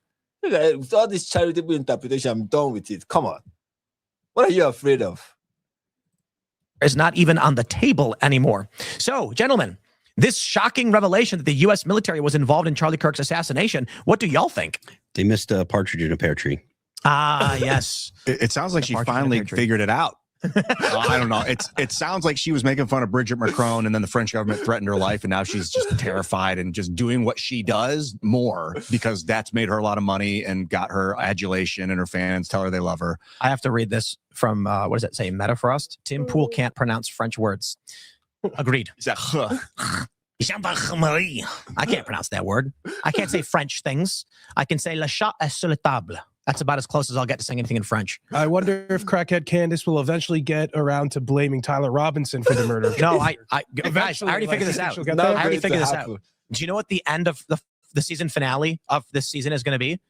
It's going to be Charlie Kirk was responsible for the assassination of Charlie Kirk. Oh, he planted it. It's like it just goes all the way around until it just creates like an Ouroboros. Traveled from the past, future. Shot himself because he was tired of dealing. I don't necessarily want to say too soon because we're kind of just making fun of Candace being crazy, but I would expect her to go that far. I mean, the U.S. military, the French Foreign Legion. Israel, if you accuse enough people, eventually something will be right. That's the trick. That is the trick. If you accuse enough people, at least one of them is going to do it. But maybe you should start with Tyler Robinson. Maybe start with Tyler Robinson. I'm telling you, that is This is how insane it is right now with what Candace is doing. And the crazy thing to me is, well, you know what? I'm not going to say it's crazy. I was having a conversation with a prominent conservative personality. It'll be up to them to say if they want to, I was on the phone with them. They can mention it on their show if they want to talk about this, because I don't want to go into greater detail, but they were just saying she's burning out. I mean, it's one thing to talk about the Macrons in a way that can never be proven. Like Bridget Macron is a man. What's Bridget Macron going to do? Like drop trow on camera? Never going to happen. But she's gotten to the point where to one-up her narrative every day, it has to become increasingly crazier. Yeah. So today, it's the U.S. military was involved. Like sooner or later, this is the joke we made 10 minutes ago, sooner or later, it's going to go back to like Charlie Kirk traveled from the future to end his own, like some ridiculous, insane narrative. Literally now. Her show was not doing so well. The whole Brigitte Macron nonsense was already waning. And then the assassination just dropped, a gold mine. It was just a gold mine in front of her. It was her next big thing. It was her next conspiracy. The whole Israeli Bolshevik revolution, Frankist, all of that was not going anywhere. But then this changed everything. Okay, this changed everything for her, and it became the entirety of the identity of her show. It was essentially dedicated to solving the murder mystery that has already been, that isn't even a mystery to begin with. But if we can make it one and then go on this wild goose chase, that is what her show is about, essentially.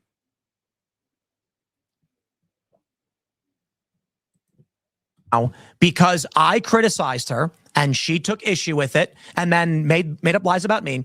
She has tweeted, she put these in quotes. I want to make sure this is very clear to everybody. The shooting, in quotes, I guess technically you can call it a shooting, fine, even though I reported intruders came in and a staff member opened fire on them, that I, quote, survived. I never said that word. I never said it in this context. That is not a real quote. And if you want to make the argument that she's using air quotes as it's meant to represent air quotes, it would imply that I'm dead.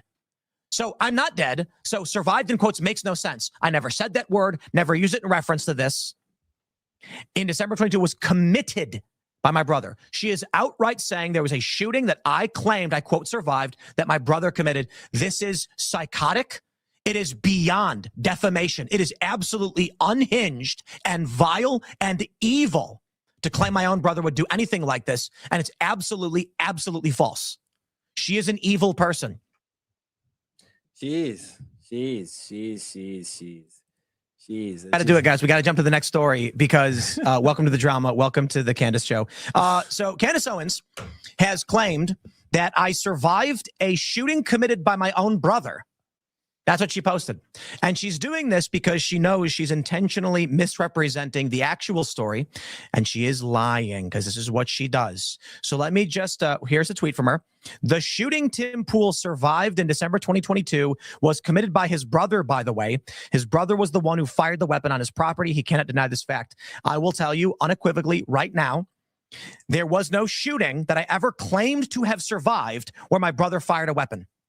There is no circumstance where in any capacity, my own brother tried to murder me or cause great bodily harm to me. Now, don't get me wrong. I'll be careful because we're brothers and we fought when we were kids. But my brother has never tried to end my life or hurt me in any way, in any serious way. He punched me in the arm once, but come on. Candace is doing this because she is an insane person who lies. So I want to make sure I can say this very, very clearly. The shooting, she put it in quotes, okay? I never claimed there was a shooting in December of 2022. A shooting as if to imply someone came here to shoot. I never claimed I survived a shooting in December 2022. What actually happened? In December of 2022, I posted on X at our property where we were not present, intruders broke in and a staffer opened fire on these people. I never used the word survived, nor did I claim that my life was in danger or that there was a shooting. She is intentionally misrepresenting a tweet I made, which has resulted in people saying things like this. One of her followers, she didn't say he tried to shoot you. She said it was your brother who had run off from security after breaking into your place. If it wasn't Chris and he wasn't involved, just state that as a fact. Why twist what she said? Okay. My brother Chris never had to break onto the property. You know why? Because he has a key. We ask him to be here sometimes. There's no breaking in. In fact, He can tell the security to leave if he wants to, although I wouldn't recommend it. My brother is actually a manager at the company who does work here. This is an insane fabrication, an absolutely insane story. They've started posting photos of my brother, who's not a public figure. This is how insane it is right now with what Candace is doing. And the crazy thing to me is, well, you know what? I'm not going to say it's crazy. I was having a conversation with a prominent conservative personality. It'll be up to them to say if. All right, we've watched this part. Now there's one more part that I want us to watch from Tim Pool. For a long time, a lot of people refused to either pay attention or engage with what she was doing. She increasingly made it crazier and worse. And because so many people were unwilling to say anything, it became this gigantic mound of chicken crap. However, as more and more people start coming out, the people who follow her are starting to realize, well, everyone is calling her crazy. Maybe she is. See, the thing is, when she's saying crazy things, but everybody's being like, oh, yeah, maybe, I don't know. Then people who follow her are like, wow, she's the only one who's talking about it. There needs to be pushback on these lunatics. If the right doesn't, what's the right word for this? The left did not police the woke and allowed them to run amok and go crazy and destroy the Democratic Party. If the right does not do the same thing for its own side and say, we do not engage the crackpottery, then you will create this sect of Candace conspiratards, and people will be like, I don't F with the Republicans, man. Those are weird people. And that is the truth. That is the truth. What Candace Owens is doing is the right-wing equivalence of trans ideology. It's so stupid that it's unbelievable that people will believe it. That is the truth.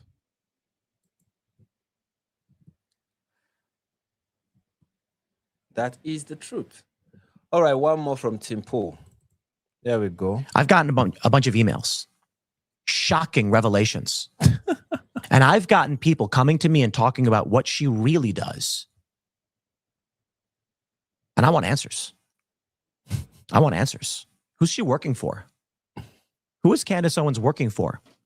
Don't you think it's a little weird that YouTube is putting her on the front page, recommending her show to everyone, where she says the moon landing wasn't real? I thought YouTube banned conspiracy channels. What's going on?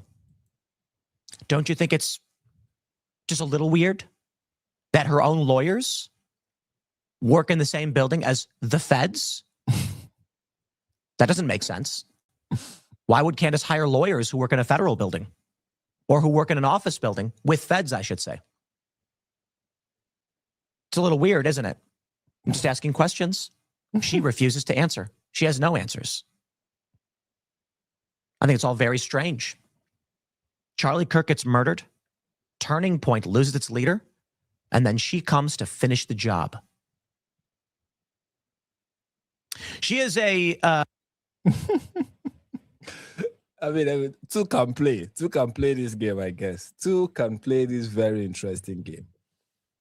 Right, so that is the craziness that is Candace Owens. That is the craziness that is going on with conservative at this point. And we are even yet to hear from many of the prominent voices in the conservative space, because the conservatives in America have a grifting problem. The movement is infested with grifters. It's just the truth. But recently, one thing I've realized is that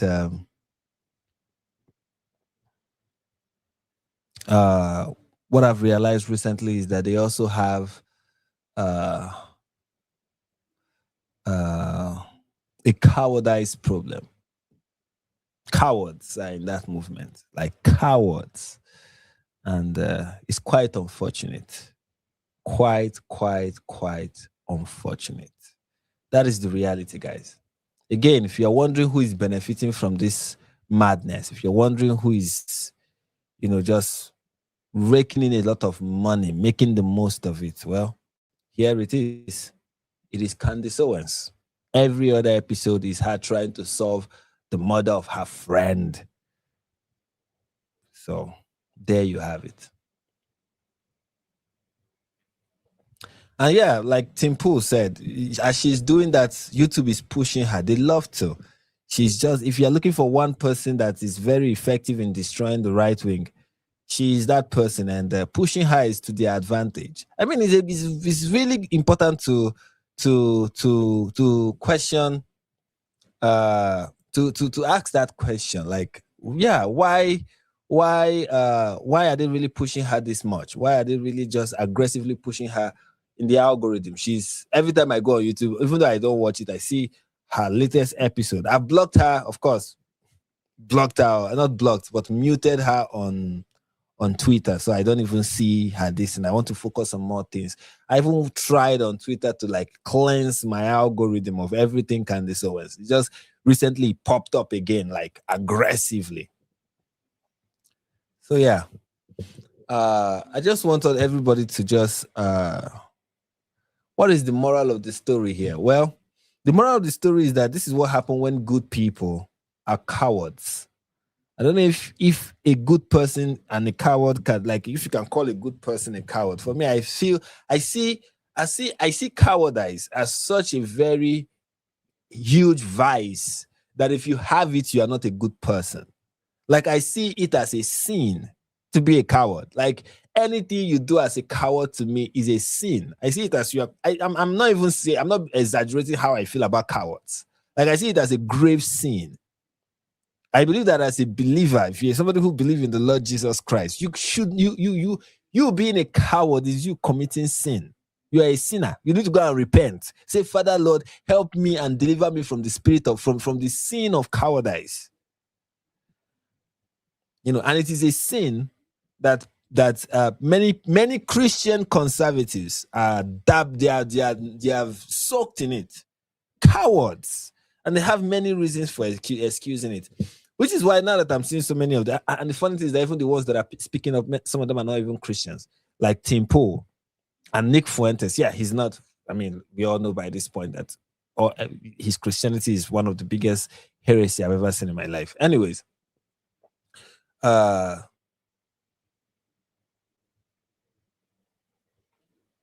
yeah, that is it. I want to shout out Into the Weeds podcast, and he said, "I'm glad Tim called her out. I'm also glad that is happening. I'm hoping that what Tim Pool is doing is, my hope with what Tim Pool just did is that it's going to open the floodgate for other conservatives who are in this podcast space to come out and say, you know what? Yeah, this is ridiculous. This is evil. This is destructive. This is not helpful. Hopefully they are going to finally draw that line in the sand and say, look, this is the conservative movement and Candace Owens is not part of it.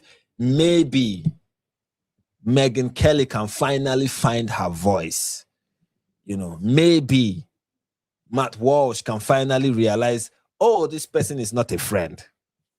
If she can do it to Charlie Kirk, she will do it to me. You know. This person is not, which is one thing that I don't understand how these people don't even recognize it, but fine. At the end of the day, it's all good. It's all good. It's all good. It's all good. You know, for people who have not watched me talk about like how I think about the friendship between Charlie Kirk and Candace Owens, I've always likened it to the story of Jehoshaphat and Ahab. You know, what led to the almost annihilation of the family and the bloodline of Jehoshaphat, the destruction, the almost complete destruction. The only person who survived was one son, one grandson, or great-grandson of Jehoshaphat. He was the only person to survive it. Only one person was able to survive it. And it was something that Jehoshaphat himself brought on his bloodline by aligning himself, by being friends with Ahab. And his reason, he's my brother. We are all descendants of Abraham. That was his reason. Even when God sent prophets, and God loved Jehoshaphat. If you read how the scriptures talk about Jehoshaphat, you'll see that this person is someone who was beloved by the Lord. But Jehoshaphat had a problem. He had the problem of sticking his neck out for his family members or for people he considered family. And one of them was Ahab, and he was a good friend of Ahab. He was such a good friend of Ahab, trying to build alliance with Ahab, build a big tent with Ahab, that his first son was married to the daughter of Jezebel, Ahab's wife, and Ahab's daughter also, Athaliah. And Athaliah was the reason why his family, his bloodline, the bloodline of Jehoshaphat, was almost completely wiped out. Because when Athaliah, after the death of Jehoshaphat and the death of Athaliah's husband, and then the death of Athaliah's son, Athaliah went mad and killed every heir to the throne, as many as she could lay her hands on. Only one survived because he was a child and was hidden by the priest. That was how that one child survived. But every other person was killed, slaughtered. Athaliah is Candace Owens, or what Candace Owens is doing. But the fruit, what brought us here, is when people say, "This is my friend, and I will not publicly speak against her. This is my..." And look, it is not. Let's be honest. I love Charlie, and I love so many of the things he did and so many of the things he said. Maybe not as much as so many other people who are close to him, but let us be honest. This reaction to Candace Owens started with him. That was his reaction to Candace Owens, even when she was making the ridiculous Brigitte Macron nonsense. That was his reaction. I'm not going to speak ill of my friend. Well, here we are.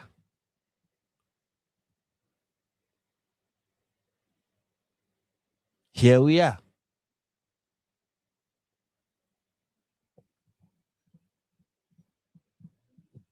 You know, maybe we should bring back, we should normalize, I'm being serious. We should normalize speaking ill of your friend if your friend is doing something ill. Maybe we should normalize it. All this private, we are having this private conversation. I'm talking about it about what she's doing in private. Candace Owens is not wreaking havoc in private. She's doing it in public. She's sowing division, fracturing the movement, spreading lies, destroying lives, and she's doing it publicly. And you're like, "Oh, I'm going to talk to her in private." Let me tell you, many of these people who claim they are talking to her in private, they are lying. They are not talking to her. Those people that don't have balls to talk about it in public also don't have balls to look her in the face and talk about it in private. Look, it is more courageous to talk to Candace Owens in private. These people don't have the balls to talk about it in public in front of a camera when she's not around. It's when she's around that you're finally going to gather the bravery and the guts to speak to her. Of course not. Of course not. Who are you deceiving? Who are you lying to? You are not talking anything in private. You know. So let's just normalize calling people out when they are doing something wrong. Whether they are your friends, whether they are your family member, whoever it is that they are, as long as they have a public career and they are doing this thing publicly. It's not enough to just say, "Oh, we spoke." If you've spoken to them in private, let's assume you have, and they still continue.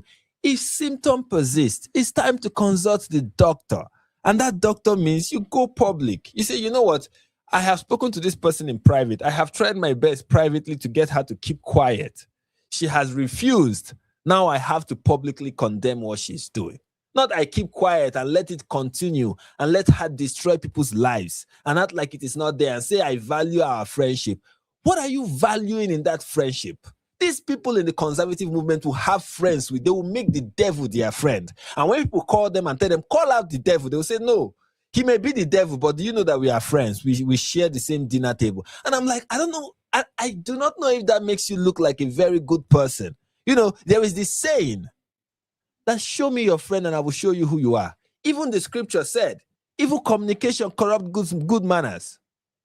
Even the scripture said, What communication, what fellowship has light with darkness? When your friend has become darkness, what fellowship do the two of you have?